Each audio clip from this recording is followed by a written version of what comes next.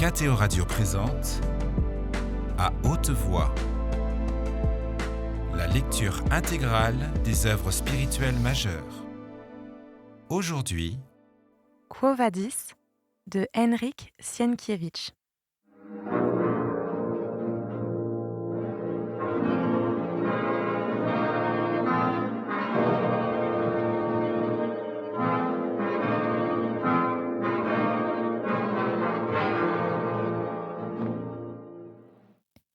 Vinicius poussa un soupir de soulagement.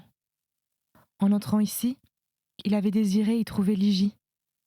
Maintenant, il était prêt à remercier le Christ qu'elle n'y fût point, et il vit en cela un signe de sa miséricorde.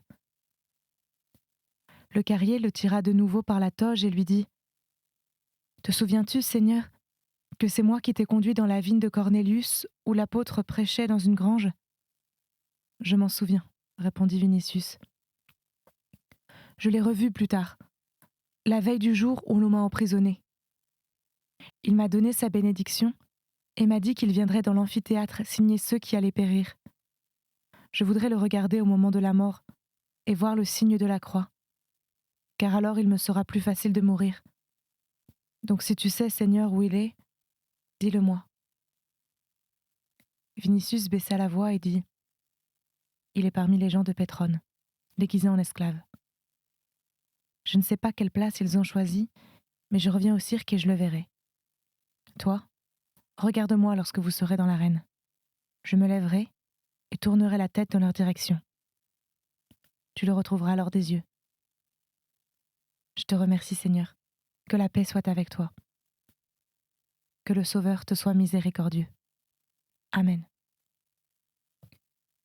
Vinicius sortit du cuniculum et se rendit dans l'amphithéâtre, où il avait une place à côté de Pétrone, parmi d'autres Augustins. « Elle y est ?» demanda Pétrone. « Elle n'y est pas. Elle est restée en prison. » « Écoute, il m'est venu encore une idée. Mais en m'écoutant, regarde par exemple Nigidia, pour que l'on croie que nous parlons de sa coiffure. Tigelin et Quilon nous observent en ce moment. Alors écoute. Que l'on mette cette nuit Ligie dans un cercueil et qu'on la sorte de la prison comme morte. Tu te doutes du reste. »« Oui, » répondit Vinicius. Leur conversation fut interrompue par Tullius Sénétion, qui, s'étant penché vers eux, leur dit « Savez-vous si l'on donnera une arme aux chrétiens ?»« Nous ne savons pas, » lui répondit Pétrone. « J'aurais préféré qu'on leur en donne, » continua Tullius. « Autrement, l'arène devient trop vite semblable à un étal de boucher. Mais quel magnifique amphithéâtre !» En effet, la vue qui s'offrait à eux était splendide. Les sièges inférieurs, recouverts de toges, éclataient de blancheur comme couverts de neige. Sur un podium doré était assis César, un collier de diamants au cou, une couronne d'or sur la tête. À côté de lui se trouvait la belle et lugubre Augusta. À leur côté, de part et d'autre, les vestales, les hauts fonctionnaires, les sénateurs en manteaux bordés d'un liseré, les chefs militaires en armure brillante, en un mot, tout ce que Rome comptait de puissant, de riche et d'illustre. Dans les rangées plus éloignées se trouvaient les chevaliers, et plus haut, c'était une mer noire de têtes humaines au-dessus desquelles étaient suspendus, accrochés de pilier en pilier, des guirlandes de roses, de lys, d'anémones, de lierres et de vignes vierges. Le peuple parlait à haute voix, s'interpellait, chantait, éclatait parfois de rire en entendant quelques plaisanteries que l'on se transmettait d'une rangée à l'autre, trépignait d'impatience pour hâter le spectacle. Ce trépignement devint bientôt semblable à un grondement de tonnerre ininterrompu. Alors, le préfet de la ville, qui avait déjà auparavant fait le tour de l'arène à la tête d'un magnifique cortège, donna avec une écharpe un signal salué par un « Ah !» unanime, poussé par des milliers de poitrines dans l'amphithéâtre. Le spectacle commençait habituellement par des chasses aux bêtes sauvages, dans lesquelles excellaient divers barbares du nord et du sud. Mais cette fois-ci, comme il devait y avoir plus de bêtes qu'on pouvait en désirer, on commença par les andabates, gladiateurs coiffés de casques sans ouverture pour les yeux, qui, par conséquent, allaient se battre à l'aveuglette. Une quinzaine d'entre eux, sortis en même temps dans l'arène, se mit à agiter leurs sabres dans le vide. Les mastigots forts poussaient, à l'aide de leurs longues fourches, les uns vers les autres, afin de les faire se rencontrer. Les spectateurs, tant soit peu cultivés, regardaient un tel spectacle avec indifférence et mépris, mais le peuple se réjouissait des gestes maladroits des escrimeurs. Lorsqu'il arrivait qu'ils se rencontrassent dos à dos, il éclatait d'un rire bruyant, criant « À droite! À gauche! Tout droit !» souvent trompant sciemment les adversaires. Plusieurs adversaires s'agrippèrent pourtant deux par deux, et le combat commença à devenir sanglant. Les lutteurs plus acharnés jetaient leurs boucliers et, se donnant la main gauche pour ne pas se séparer l'un de l'autre, livraient de leur main droite une lutte sans merci. Celui qui s'écroulait levait les doigts en l'air, implorant de ce signe la pitié, mais, au début du spectacle, le peuple exigeait habituellement la mort des blessés, surtout lorsqu'il s'agissait des Andabates, qui, ayant le visage couvert, demeuraient inconnus du public. Peu à peu, le nombre de combattants diminua, et quand il n'en resta enfin plus que deux, on les poussa si fortement l'un vers l'autre que, se cognant, ils tombèrent tous les deux sur le sable et se transpercèrent mutuellement. Alors, parmi les exclamations « Accompli !», les domestiques emportaient les cadavres, tandis que de jeunes garçons ratissaient les traces sanglantes dans l'arène et en jonchaient le sol de feuilles de safran.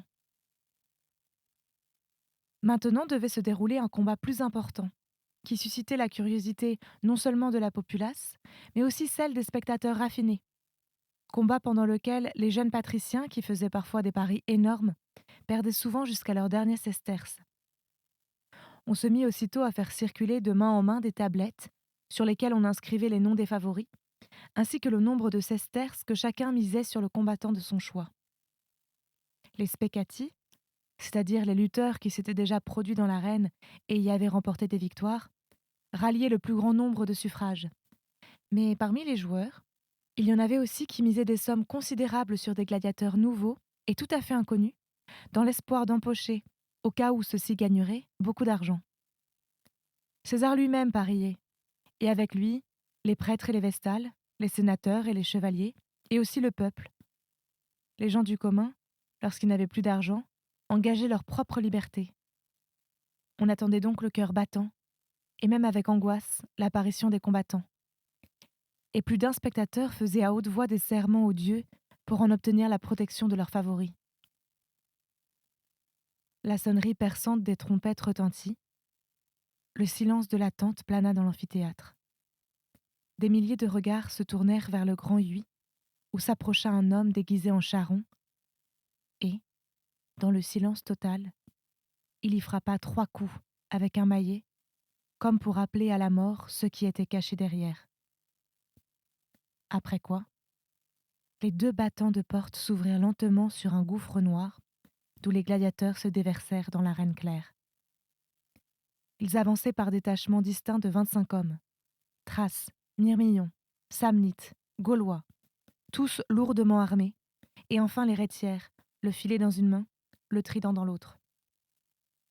À leur vue, éclatèrent çà et là, dans les rangs de gradins, des applaudissements qui bientôt s'amplifièrent et résonnèrent dans tout l'amphithéâtre, en longues tempêtes grondantes. De haut en bas, on voyait des visages échauffés, des mains qui applaudissaient, des bouches ouvertes d'où s'échappaient des exclamations. Les gladiateurs firent le tour de l'arène d'un pas régulier et souple, faisant scintiller leurs armes et leurs riches armures. Puis, ils s'arrêtèrent devant la loge impériale, fiers, calmes et superbes.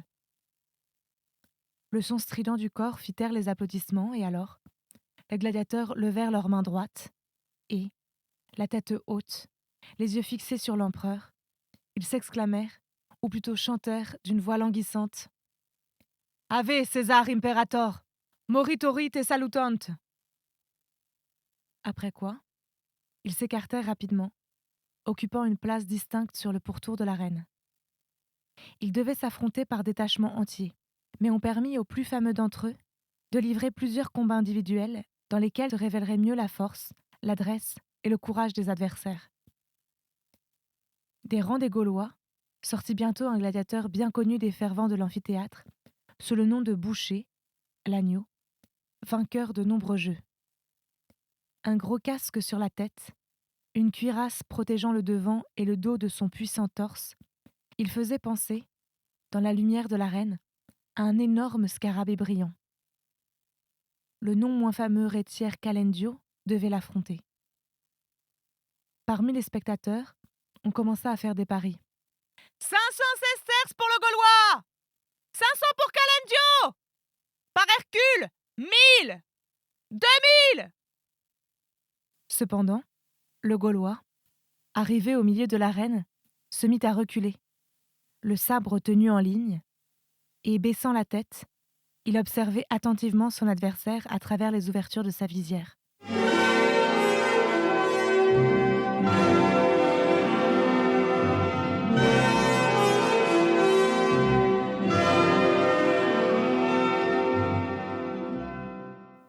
De son côté, le Retière, leste, sculptural, entièrement nu, hormis un pagne autour des reins, évoluait prestement autour de son lourd adversaire, en agitant son filet avec grâce, se baissant ou levant son strident, tout en chantant la chanson habituelle des Retières.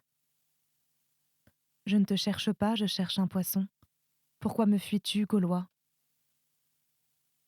Le Gaulois ne fuyait pas. Au bout d'un moment, il s'arrêta et, restant sur place, il se mit à exécuter un imperceptible mouvement rotatoire, de façon à toujours avoir son adversaire devant lui. Dans sa posture et sa tête monstrueusement grosse, il y avait maintenant quelque chose d'effroyable. Les spectateurs comprenaient parfaitement que ce corps lourd, cuirassé de cuivre, se préparait à une soudaine attaque qui pourrait être décisive. Le Retière, quant à lui, faisait un bond en avant, un bond en arrière, tout en maniant son trident avec des mouvements si rapides que l'œil avait du mal à les suivre. Les bruits des dents de la fourche contre le bouclier résonna plusieurs fois, mais le Gaulois demeura inébranlable, dénotant ainsi son énorme force. Toute son attention semblait se concentrer, non pas sur le trident, mais sur le filet qui tournoyait sans cesse au-dessus de sa tête comme un oiseau de mauvais augure. Retenant leur souffle, les spectateurs suivaient le jeu magistral des gladiateurs. Jugeant enfin le moment propice, l'agneau fonça sur son adversaire, mais celui-ci tout aussi promptement esquiva son sabre et son bras levé, se redressa et lança son filet. Le Gaulois, faisant volte-face, l'arrêta de son bouclier, après quoi ils s'écartèrent l'un de l'autre. Dans l'amphithéâtre, on hurla « Macté !» De nouveaux paris furent faits dans les rangs inférieurs. César lui-même, qui au début bavardait avec la Vestale Rubria et n'avait jusqu'alors guère prêté attention au spectacle, tourna la tête vers l'arène. Les gladiateurs reprirent le combat. Ils luttaient avec tant de dextérité et de précision des mouvements qu'il semblait par moments que pour eux, ce n'était pas une question de vie ou de mort, mais un moyen de donner une démonstration de leur adresse. À 2 reprises encore, l'agneau se déroba au filet, puis de nouveau, il recula vers le bord de l'arène. Alors, ceux qui avaient parié contre lui, ne voulant pas lui donner un instant de répit, se mirent à crier « Attaque !» Le Gaulois obéit et fondit sur son adversaire. Le bras du Retière se trouva soudain ensanglanté et son filet retomba. L'agneau se recroquevilla et bondit pour asséner un dernier coup. Mais au même moment, Calendio, qui avait faim de ne plus maîtriser le filet, se pencha sur le côté, esquiva une pointe et, enfonçant son trident entre les genoux de son adversaire, il le renversa à terre. Ce dernier voulut se relever, mais en l'espace d'un clin d'œil, il se trouva pris dans les rêves fatales, s'y empêtrant de plus en plus fortement à chaque mouvement des mains et des pieds, tandis que les dents de la fourche le clouaient au sol. Une fois encore, dans un ultime effort, il s'arc-bouta sur son bras et se raidit pour se relever, mais en vain. Il leva encore vers sa tête une main défaillante, dans laquelle il ne pouvait plus tenir son sabre, et s'écroula sur le dos. Calendio, de son trident, pressait son cou au sol, et s'appuyant des 2 mains sur le manche, il se tourna vers la loge impériale. Dans le cirque tout entier, gronda un tonnerre d'applaudissements et de rugissements humains. Pour ceux qui avaient parié pour Calendio, il était en ce moment plus grand que César. Et, de ce fait, il n'y avait plus dans leur cœur de rancune contre l'agneau, qui, le payant de son propre sang, avait rempli leurs poches. Les souhaits du peuple étaient partagés. Sur tous les gradins, une moitié optait pour la mort du vaincu, l'autre moitié demandait sa grâce, mais le retière ne regardait que la loge de César et des Vestales et attendait leur décision. Malheureusement, Néron n'aimait pas l'agneau, et cela parce qu'au dernier jeu, avant l'incendie, il avait, en pariant contre lui, perdu au profit de Licinius une somme considérable. Il tendit donc la main hors du podium et tourna le pouce vers le bas. Les Vestales répétèrent le geste aussitôt. Alors, Calendio mit un genou sur la poitrine du Gaulois, tira un coutelas qu'il portait à sa ceinture et, écartant l'armure à la hauteur du cou de son adversaire, il lui plongea jusqu'à la garde la lame triangulaire dans la gorge. « Peractum est !» clama le public dans l'amphithéâtre. L'agneau eut encore quelques convulsions, comme un bœuf égorgé, laboura le sable de ses pieds, puis il se raidit et s'immobilisa. Mercure n'eut pas à vérifier au fer chauffé au rouge s'il vivait encore. On l'emporta, et d'autres couples se produisirent, et ce n'est qu'après que les affrontements des détachements tout entiers firent rage. Le peuple y prenait part avec son âme, son cœur et ses yeux. Il hurlait, rugissait, sifflait, applaudissait, riait, excitait les combattants, exultait. Dans l'arène, les gladiateurs, regroupés en 2 équipes, luttaient avec une rage de bêtes sauvages. Les poitrines se heurtaient, les corps s'enlaçaient dans une étreinte mortelle, les membres puissants craquaient aux jointures, les sabres s'enfonçaient dans les poitrines et les ventres, des lèvres blêmes éjectaient du sang sur le sable. Vers la fin, une quinzaine de novices furent pris d'une si terrible épouvante qu'ils se dégagèrent de la mêlée et se mirent à fuir. Mais les mastigots forts les ramenèrent au plus vite dans la bataille, à coups de fouet aux lanières garnies de plomb. Le sable était souillé de grandes taches sombres. De plus en plus de corps nus et armés gisaient sur le sol, semblables à des gerbes. Ceux qui étaient encore en vie se battaient sur des cadavres, butaient contre des armures, contre des boucliers, s'ensanglantaient les pieds sur des armes brisées et s'écroulaient. Le peuple exultait, se grisait de mort, respirait la mort, rassasiait ses yeux de sa vue, reniflait voluptueusement ses effluves. Les vaincus tombèrent enfin presque tous. À peine quelques blessés s'agenouillèrent au milieu de l'arène, et, chancelant, les mains tendues vers les spectateurs, ils implorèrent leur miséricorde. On distribua aux vainqueurs des récompenses, des couronnes, des rameaux d'olivier, puis suivit un moment de répit qui, sur l'ordre du tout-puissant César, se transforma en festin. On alluma les brûle-parfums. Des pulvérisateurs aspergeaient le peuple d'une fine pluie parfumée de safran et de violette. On servait des rafraîchissements, des viandes rôties, des gâteaux sucrés, du vin, de l'huile d'olive et des fruits. Le peuple dévorait tout ce qu'on lui servait, bavardait et acclamait César afin de l'inciter à de plus grandes largesses encore.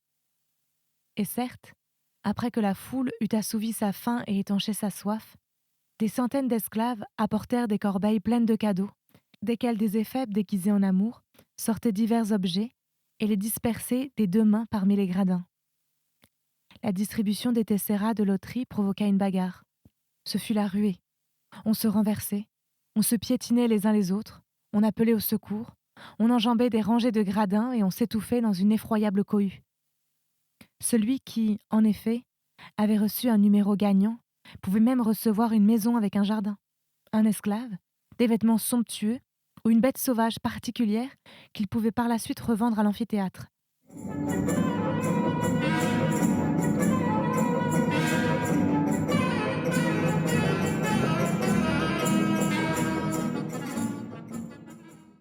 Il se produisait de ce fait une telle confusion que, souvent, les prétoriens devaient rétablir l'ordre.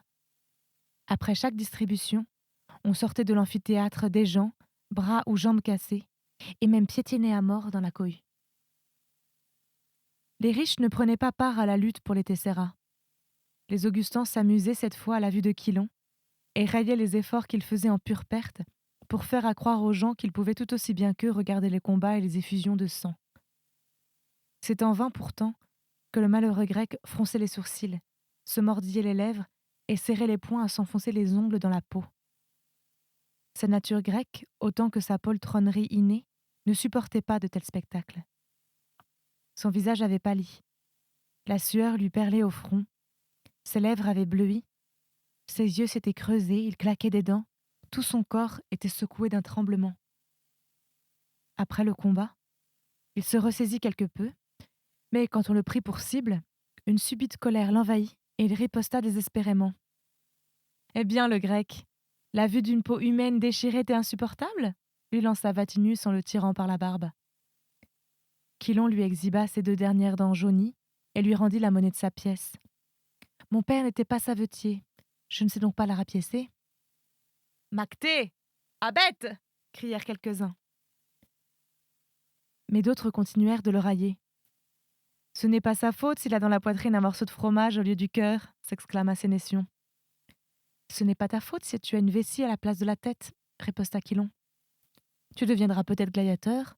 Tu aurais belle allure avec un filet dans l'arène.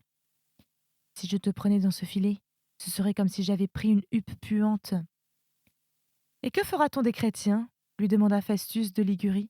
« N'aimerais-tu pas devenir un chien et les mordre ?»« Je ne voudrais pas devenir ton frère. »« Espèce de lèpre de Maéoté. Et toi, mule de Ligurie ?» La peau te démange sans doute, mais je ne te conseille pas de me demander de te gratter. Gratte-toi toi-même. Si tu arrives à extirper tes boutons, tu auras supprimé ce qu'il y a de meilleur en toi. Il l'attaquait. Lui, en revanche, au milieu de l'hilarité générale, leur rendait dent pour dent avec causticité. César applaudissait, répétait « Macté !» et les excitait. Au bout d'un moment, Pétrone s'approcha et, ayant touché l'épaule du Grec de sa fine baguette en ivoire sculpté, il lui dit froidement « Fort bien, philosophe, mais tu as commis une seule faute. Les dieux t'avaient fait naître voleur et tu es devenu un démon. Et c'est bien pourquoi tu ne le supporteras pas. » Le vieillard regarda Pétrone de ses yeux rougis, mais, cette fois-ci, il ne trouva pas d'insulte toute prête. Il se tut un moment, puis il répondit, comme avec une sorte d'effort.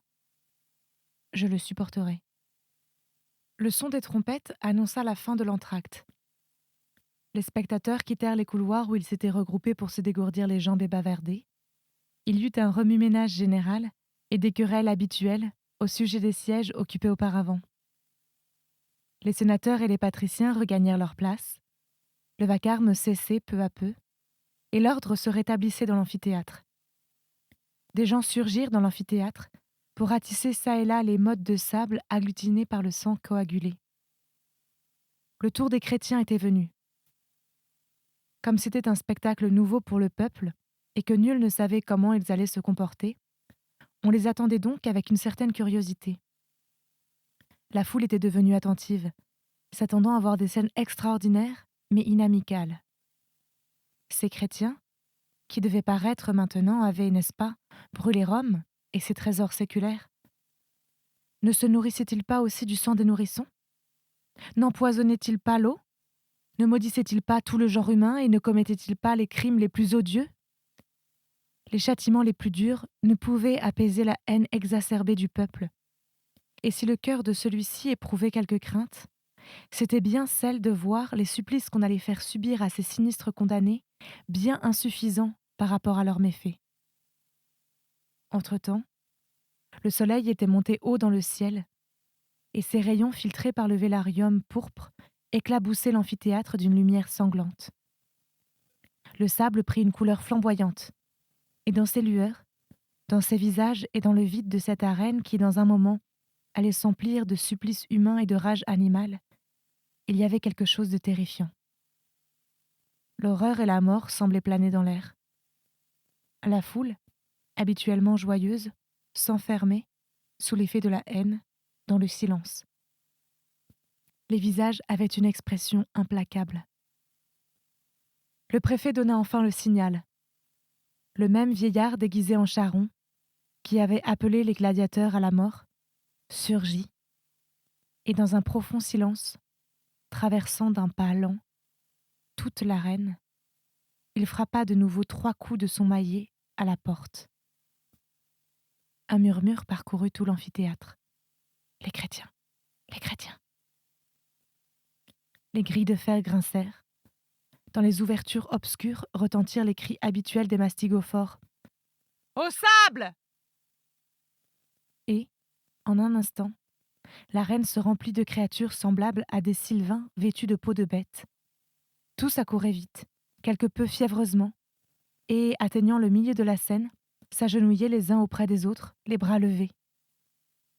Le peuple, croyant qu'il demandait pitié, et furieux de voir une telle lâcheté, se mit à trépigner, à siffler, à lancer des récipients de vin vides, des eaux rongées et à hurler « Aux bêtes! Aux bêtes !» Mais soudain, il se passa une chose inattendue. Des voix montèrent du groupe velu, et un chant résonna que l'on entendait pour la première fois dans un cirque romain. Christus regnat. Dans le peuple, ce fut alors la stupéfaction. Les condamnés chantaient, les yeux levés vers le vélarium. On voyait des visages pâles mais comme inspirés. On comprit que ces gens n'imploraient pas la pitié et qu'ils semblaient ne voir ni le cirque, ni le peuple, ni le Sénat, ni César. Christus regnat. C'était À haute voix, une émission de KTO Radio. Aujourd'hui, Quo Vadis. Lecture, Marie Rambaud. Captation et réalisation, Gustave Schlicht et Thibaut Dagalier. Une émission disponible en podcast sur ktoradio.com ou sur l'application KTO Radio.